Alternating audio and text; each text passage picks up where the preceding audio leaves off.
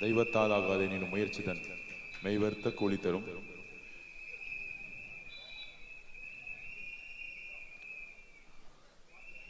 Palayakkara street Ainavaram.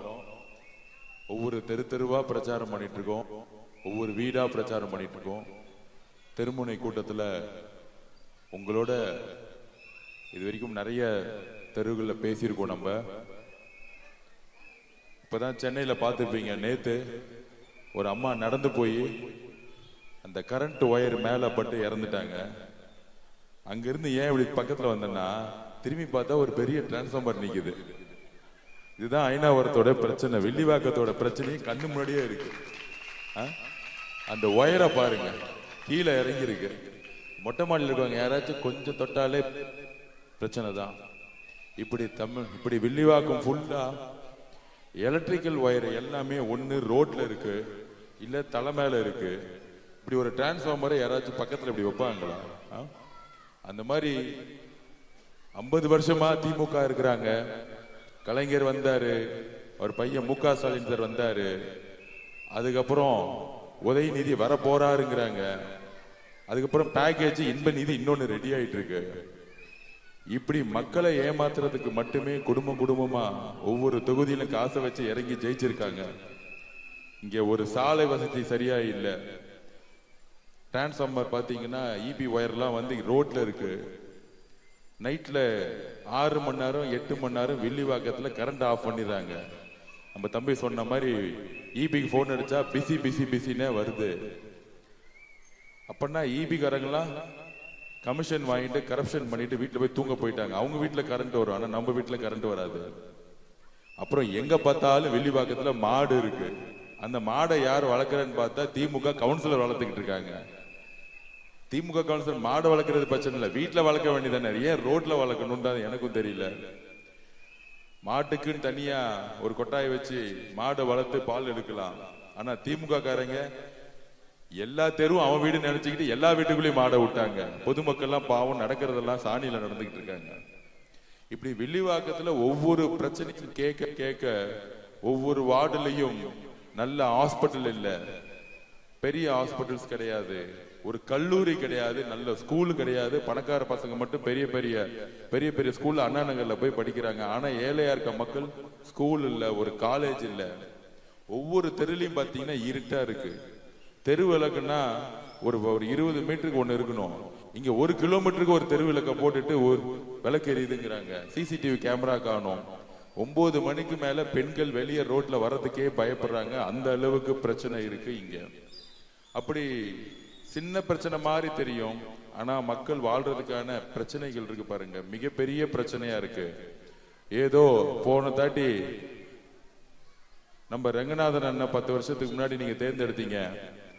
அவரு வந்து வெளிவாக்கத்துல உட்கார்ந்துகிட்டு ஒன்லி ரியல் எஸ்டேட் தான் பண்ணிட்டு இருந்தாரு, ஊழல் பண்ணிட்டு இருந்தாரு. அவங்கள மாத்தினாங்க. யார மாத்தினா? திருப்பியும் வாரிசை போட்டாங்க. மு க ஸ்டாலின் வாரிசை வச்சுதான் அரசியல் பண்றாருன்னா, பேராசிரியர் அன்பழகன், அமைச்சர் அன்பழகன், பேராசிரியர் அன்பழகனுடைய பையன் வந்தாரு, பேரை வந்து ஜெயிச்ச பிறகு வீட்டை விட்டே வெளியே வரல. எம்எல்ஏ ஆபீஸும் வெளிவாக்கத்துல காணும். எம்எல்ஏனே ஒருத்தர் 5 வருஷம் இல்ல. சரி, திருப்பியும் திமுக வந்து இந்த பக்கம் வரவே கூடாதுன்னு எப்பயும் முடிவு பண்ணிட்டாங்க. எப்படா ஜெயிக்குதுன்னு பார்த்தா அண்ணா நகர்ல ஒருத்தர், அண்ணா நகர் எம்எல்ஏ மோகனுடைய பையன் சொல்லக்கூடிய ஒரு நெப்போ கிட்டு, நம்ம சொன்ன மாதிரி அமுல் பேபி ஒன்னும் தெரியாது, ஜாலியா சுத்திட்டு இருப்பாரு ஃப்ரெண்ட்ஸ் கூட. அண்ணா நகர்ல ஃப்ரிட்ஜ் மிக்சிங்க எல்லாம் கொடுத்து, காசை கொடுத்து ஒரு 50 கோடி 100 கோடி செலவு பண்ணி ஃப்ரிட்ஜை கொடுத்து மிக்சியை கொடுத்து ஓட்டுக்கு 10,000 கொடுத்து எம்எல்ஏ ஆகி மினிஸ்டர் ஆகி திருப்பியும் ஒரு ரியல் எஸ்டேட் பிசினஸ் பண்ணலான்னு அண்ணா நகர்ல சுத்திட்டு இருந்தாரு. திடீர்னு அவரை வில்லிவாக்கத்துல இங்க போட்டு, அந்த குழந்தைக்கு ஒண்ணும் தெரியாது, ஏன்னா வாரிசு குழந்தை. எம்எல்ஏ புள்ள ஏதாவது சரி செய்யுமா? நீங்க எம்எல்ஏ புள்ள ஜெயிச்சா கரண்ட் பிரச்சனை என்ன தெரியுமா? அவர் வீட்டுல என்னையாச்சும் கரண்ட் போயிருக்குமா? சத்துணவு சாப்பாடுனா என்னன்னு தெரியுமா? கவர்மெண்ட் ஸ்கூலுக்குள்ள போய் உள்ள போய் படிச்சுட்டு வந்திருப்பாரா? கிளாஸ் ரூம் இல்லாம, டாய்லெட் இல்லாம மரத்தடியில படிச்சுட்டு இருக்காரா? இந்த ஆதவ அர்ஜுனா கிளாஸ் ரூம் இல்லாம மரத்தடியிலே படிச்சு வளர்ந்த பையன் நான்.